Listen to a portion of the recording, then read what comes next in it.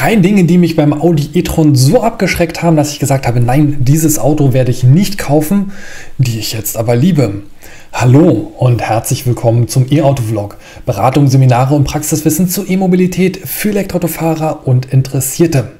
Ich weiß, das ist ziemlich unüblich, aber heute müssen wir einfach darüber reden, dass ich mich bei 3 Dingen geirrt habe, bei denen ich dachte, diese Dinge sind K.O.-Kriterien für mich. Wenn das in diesem Auto oder mit dem Audi e-tron zusammen geliefert wird, kaufe ich das Auto nicht. Ich habe, ich glaube, das war im März 2019, das erste Mal den Audi e-tron getestet. Damals nur ganz kurz, eine knappe Stunde hatte ich Zeit.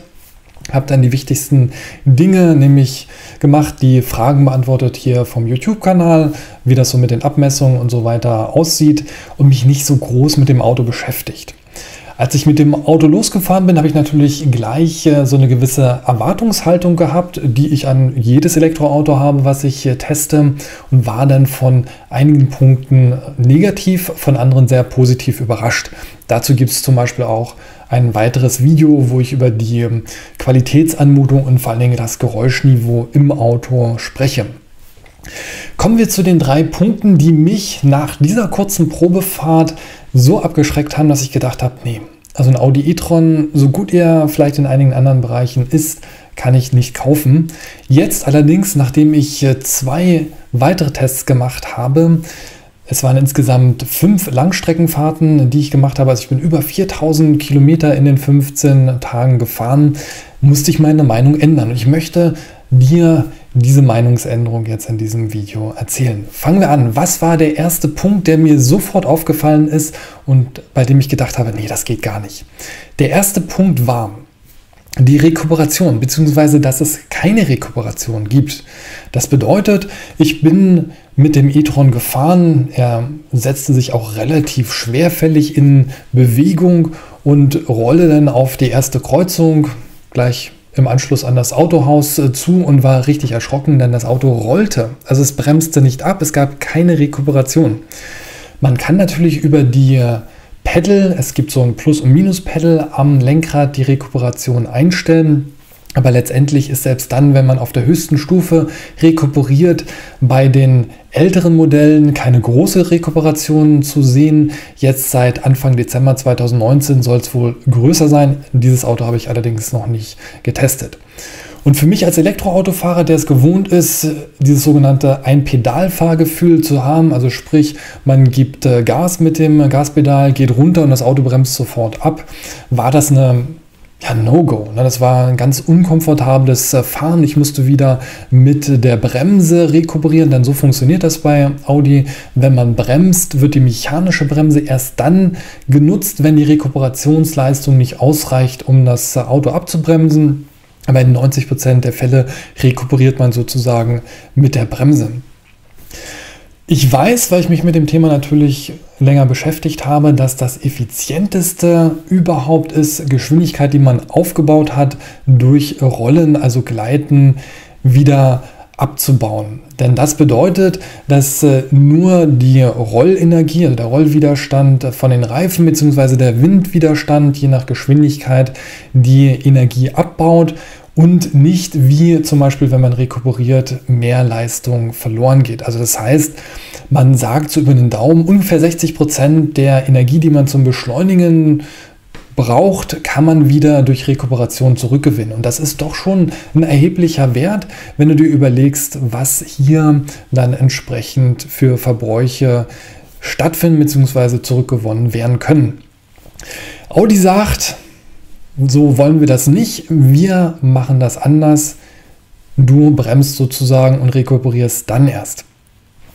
Jetzt muss ich dazu sagen, das Auto, was ich damals getestet habe, wie gesagt, 1 Stunde. Ich habe mich natürlich mit der Bedienungsanleitung eingeschlossen vorher, einige Stunden, aber nichtsdestotrotz, wenn man ein Auto neu fährt, kann man in 1 Stunde das ganze System nicht begreifen. Ich habe dann bei den anderen Fahrzeugen, die ich getestet habe, natürlich zum einen erstmal die Beschleunigung eingestellt auf Sport. Also man kann das sehr individuell einstellen. Man kann zum Beispiel sagen, ich möchte eine komfortable Federung, aber eine sportliche Beschleunigung und ein neutrales Lenkrad. Ich habe alles auf Sport gestellt und dann beschleunigt das Auto schon mal sehr gut. Und bei den anderen Fahrzeugen, die ich jetzt getestet habe, habe ich die Geheimwaffe für alle, die die Rekuperation vermissen, gefunden. Das ist nämlich der Effizienzassistent. Was ist der Effizienzassistent? Das ist im Prinzip ein Assistent, der bei dem Audi e-tron dann auch immer angestellt ist, also egal, ob du ein Tempomat anhast oder nicht. Und der, wenn du entsprechend navigierst, die ganzen Rahmenbedingungen des Fahrprofils über einen gewissen Zeitraum oder Strecke im Vorfeld kennt und daran die Geschwindigkeit bzw. das Fahrverhalten anpasst. Was heißt das im Detail? Das System ist so ausgereift, dass ich zum Beispiel im hessischen Bergland auf Landstraßen ohne Mittelstreifen das Auto mehr oder weniger alleine habe fahren lassen und nur noch gelenkt habe. Denn das Auto passt die Geschwindigkeit an den Verkehrszeichen an, aber auch an die Topografie. Also das heißt, Beispiel jetzt hessisches Bergland, auf der Straße sind eigentlich 100 km/h erlaubt. Wer das macht, der landet garantiert mit dem Auto im Graben, denn gerade so eine kurvige, bergige Landstraße im Dunkeln mit 100 zu fahren ist verantwortungslos. Insofern macht das System hier Folgendes: Es bremst je nach Kurvenradio, nach Radius oder nach Gefälle, Anstieg und so weiter das Auto ab, sodass es dann sicher durch die Kurve kommt. Was bedeutet das in der Praxis? Ich habe die Rekuperation gar nicht vermisst, weil das Auto das alles automatisch macht.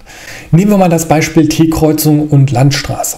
Also du fährst zum Beispiel mit 100 km/h auf der Landstraße und wenn du dich dieser T-Kreuzung näherst, macht das Auto Folgendes: Es nimmt erstmal die Antriebsleistung weg, das heißt, das Auto rollt nur noch und dann zum optimalen Zeitpunkt wird über die Rekuperation die Abbremsung eingeleitet und erst so auf den letzten Metern, so nach 20 km/h Geschwindigkeit, musst du dann wirklich die Fußbremse treten, um dann zum Beispiel an dem Stoppschild oder was auch immer stehen zu bleiben. Das heißt, dieses System hat, ich weiß nicht, ob es stimmt, aber so mein Eindruck, sogar den rückwärtigen Verkehr im Blick, denn mal war es so, dass relativ wenig gerollt wurde, also die Geschwindigkeit nur so 2-3 km/h reduziert worden ist. Wenn Autos hinter mir waren keine Autos hinter mir, wurde früher angefangen zu rollen und dann die Geschwindigkeit durchaus mal so um 10-15 km/h reduziert, bevor dann wirklich die Abbremsung stattgefunden hat. Das heißt, in der Praxis vermisst du die Rekuperation gar nicht, weil das Auto das für dich übernimmt. Und insofern muss ich sagen, ist die natürlich für die Reichweite und Effizienz beste Möglichkeit, diesen Effizienzassistenten zu nutzen, hier wirklich eine gute Lösung, sodass mich das überhaupt nicht mehr stören würde, dass die Rekuperation über die Bremse erforderlich ist. Und wenn du zum Beispiel in der Stadt unterwegs bist, kannst du zum einen natürlich mit dem Abstandstempomaten die Geschwindigkeit steuern oder auch, wenn ich zum Beispiel einfach das Auto rollen lassen will. Ich fahre häufig auf kleinen Nebenstraßen, dann nutze ich natürlich kein Tempomat, weil das einfach viel zu unterschiedlich ist. Die Geschwindigkeit, wie gesagt, man könnte eigentlich 100 km/h fahren, aber das ist völlig illusorisch. Und dann ist es also auch kein Problem, das One-Pedal-Feeling sozusagen dadurch zu machen, dass man das Auto rollen lässt, denn durch das Gewicht rollt das Auto sehr gut und dann quasi mit der Bremse so ganz fein justiert, dass die Geschwindigkeit reduziert oder immer halt wieder erhöht wird, wenn man rollt, denn das kann man ähnlich wie mit dem Gaspedal machen. Also insofern für mich in der Praxis überhaupt gar kein Grund mehr, dem Audi e-tron die fehlende Rekuperation hier vorzuwerfen und dementsprechend muss ich sagen, dieser Effizienzassistent, das ist wirklich der beste Fahrassistent, den ich bisher in einem Elektroauto gesehen habe. Er betrifft hier also auch wirklich andere Assistenten, weil man da dann eben halt entweder mit dem Tempomaten arbeiten muss oder eben halt entsprechend die Sachen wie Fahrt auf eine T-Kreuzung einfach manuell regeln muss. Was war der Punkt 2? Die virtuellen Außenspiegel.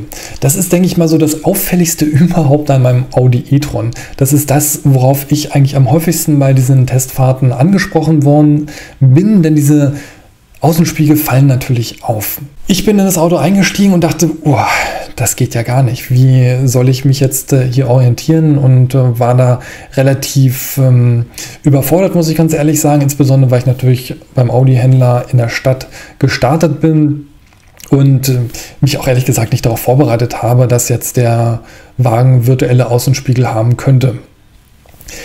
Ich habe dann gesagt, okay, ich fahre jetzt sowieso nur kurz Autobahn und zurück und kümmere mich nicht drum. Aber so in der Praxis fand ich das total unpraktisch, diese virtuellen Außenspiegel zu haben.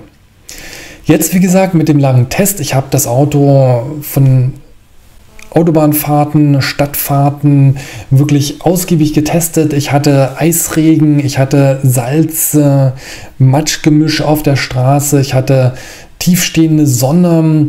Also ich habe wirklich sehr viele unterschiedliche Fahrsituationen mit den virtuellen Außenspiegeln erlebt und kann so sehr genau einschätzen, in welchen Situationen die virtuellen Außenspiegel Vorteile haben oder eben halt auch Nachteile. Dazu gibt es also auch nochmal ein extra Video, das kommt dann in den nächsten Tagen, sodass du dir hier wirklich ein ganz konkretes Bild machen kannst und entscheiden kannst, wenn du den Audi e-tron kaufen willst, macht es Sinn, die Außenspiegel zu nehmen oder nicht, denn es ist wirklich abhängig davon, wo du das Auto am meisten bewegst.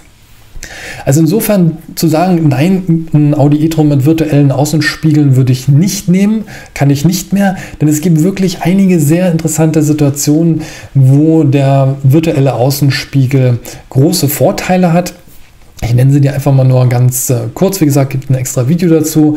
Der Totwinkelassistent arbeitet sehr gut mit dem virtuellen Außenspiegel zusammen, denn dann blinkt dieser Bildschirm, den man als Außenspiegel hat, und dadurch ist es sehr auffällig. Also man kann da im Prinzip kaum Fahrzeuge, die auf der linken Spur, wenn man jetzt zum Beispiel rausfahren will, fahren, übersehen. Auf der anderen Seite ist es so, dass du hier dann zusätzlich auch noch wenn du zum Beispiel auf der Autobahn fährst, einen tempoabhängigen Totwinkelassistent hast, sodass der, wenn jemand mit hoher Geschwindigkeit kommt, auch schon sehr früh Bescheid sagt, dass da jemand kommt. Bist du im Stadtverkehr, dann ist es quasi so, ein, zwei Meter hinter dem Auto die Information. Also insofern habe ich wirklich sehr viele interessante Situationen mit dem virtuellen Außenspiegel erlebt, die sehr positiv sind. Zum Beispiel bei Dämmerung wird das Licht von der Kamera ganz anders dargestellt und du hast ein viel besseres Bild als bei einem normalen Außenspiegel. Aber es gab immer auch andere Punkte, sodass ich sagen würde, okay, für mein Fahrprofil ist der virtuelle Außenspiegel ein wirklich großer Vorteil, denn insgesamt bietet mir dieser Außenspiegel 5 Vorteile, die ich in der Praxis häufig brauche, und die 5 Nachteile, die ich habe, die sind für mich nicht so relevant. Ja, kommen wir zum dritten Punkt. Gerade als Tesla-Fahrer wirst du es sehr gut nachvollziehen können, die Update-Politik. Bei Audi ist es so, wie im Prinzip beim klassischen Automobilhersteller, du kriegst einmal im Jahr ein Update, durch das Auto verbessert wird. Aktuell ist es zum Beispiel so, seit Dezember 2019 wird sozusagen in Anführungsstrichen der neue e-tron gebaut. Hier hat man einige Effizienzverbesserungen gemacht, hat mehr Energie auch aus der Batterie zur Verfügung gestellt. So ein klassischer Fall, wo Tesla einfach sagen würde, kein Problem, wir stellen jetzt über die Over-the-Air, also über die WLAN-Updates einfach dieses Upgrade jedem zur Verfügung, sodass jetzt jeder Audi e-tron-Fahrer, beziehungsweise in dem Fall ein Tesla-Fahrer, mehr Energie zur Verfügung hat, mehr Reichweite, und nur wenn es wirklich um Hardware geht, wie zum Beispiel, bei dem CCS-Upgrade, dass also alte Fahrzeuge jetzt von Tesla auch CCS laden können, dann gibt es das Upgrade eben halt zum fairen Preis. Bei Audi ist das anders. Die sagen, neues Modelljahr, jetzt gibt es sozusagen die Updates nur für die zukünftigen Fahrzeuge, also die Upgrades des Fahrzeugs, und rückwirkend wird gar nichts gemacht. Es ist natürlich so, dass wenn du jetzt in den Service gehst und dein Audi reparieren lässt, dann auch die Steuergeräte und sowas geupdatet werden. Und du kriegst zum Beispiel auch fürs Navigationsgerät regelmäßige Updates. Die Rede ist von einmal im Vierteljahr, in Zukunft ab den Modellen, denn im April ist es sogar viel häufiger, weil es da ein ganz neues System gibt. Aber das heißt, du musst dir einfach klar sein, wenn du ein Audi e-tron kaufst, dass dieses Auto, so wie es von dir dann zu dem Zeitpunkt gekauft worden ist, auch in Zukunft bleibt mit ein paar minimalen Änderungen und Schluss. Wenn du die aktuellste Technik, die aktuellste Möglichkeit haben willst, dann musst du dir einen neuen e-tron kaufen. Das war für mich so ein Punkt, bei dem ich gedacht habe, das ist ein echter Nachteil, denn ich bin gewohnt, mein Auto wird kontinuierlich besser. Allerdings, und das muss ich ganz offen sagen, ist in diesem Jahr, also 2019, bei Tesla nicht alles besser geworden, sondern auch einiges deutlich schlechter. Insbesondere die Fahrer vom Tesla Model S 85, also mit der alten Batterie, wissen das. Durch ein Software-Update ist hier die Reichweite reduziert worden, ist die Ladeleistung deutlich reduziert worden. Und was mich hier zum Beispiel mit meinem S75 stört, ist, ich weiß nach jedem Update nicht, in was für ein Auto ich steige. Ich weiß nicht, wie das Auto fährt. Das heißt, es kann durchaus sein, dass sich die Fahreigenschaften deutlich geändert haben. Das typische Beispiel ist der Autopilot. Mal kommt er zum Beispiel durch irgendwelche Kurven oder an typischen Strecken, die ich lang fahre, super vorbei und dann nach dem Update geht das plötzlich nicht mehr. Oder jetzt vor einigen Updates scheinen irgendwie jetzt die Fahranfänger bei Tesla für den Autopiloten und die Softwareentwicklung zuständig zu sein, denn der fährt so nervös und ängstlich, dass ich immer denke, Leute, entspannt euch. Aber das kann ich ihm halt nicht steuern. Ich weiß nicht, was vorher bei dem Update kommt. Ich kann die Updates nicht ablehnen. Das heißt, ich bin hier auf Gedeih und Verderb Tesla ausgeliefert und muss das nehmen, was kommt. Und das ist, muss ich sagen, gerade nach den Erfahrungen aus diesem Jahr durchaus ein Nachteil, sodass für mich, wenn ich mich auf die Update-Politik sozusagen einstelle, weiß, okay, Audi macht das so und ich kann damit leben, dann meinen Frieden gefunden habe, sodass ich sage, das ist für mich jetzt kein No-Go, dass ich ein Audi jetzt nicht kaufen würde, weil die Update-Politik anders ist als bei Tesla. Ja, das waren die 3 Punkte, die Rekuperation, die virtuellen Außenspiele und die Update-Politik. Ich kann dir empfehlen, wenn dich der Audi e-tron grundsätzlich interessiert, fein einfach mal Probe, um dein eigenes Bild zu machen. Du kannst natürlich auch, das ist die kostengünstigste Variante, hier auf dem Kanal die weitere Audi e-tron Videos anschauen, denn ich habe wirklich einen umfangreichen Test gemacht. Ich glaube, ich mache insgesamt 10, 12 Videos zum Audi e-tron, damit du einen sehr guten Eindruck davon machen kannst, wie dieses Auto ist.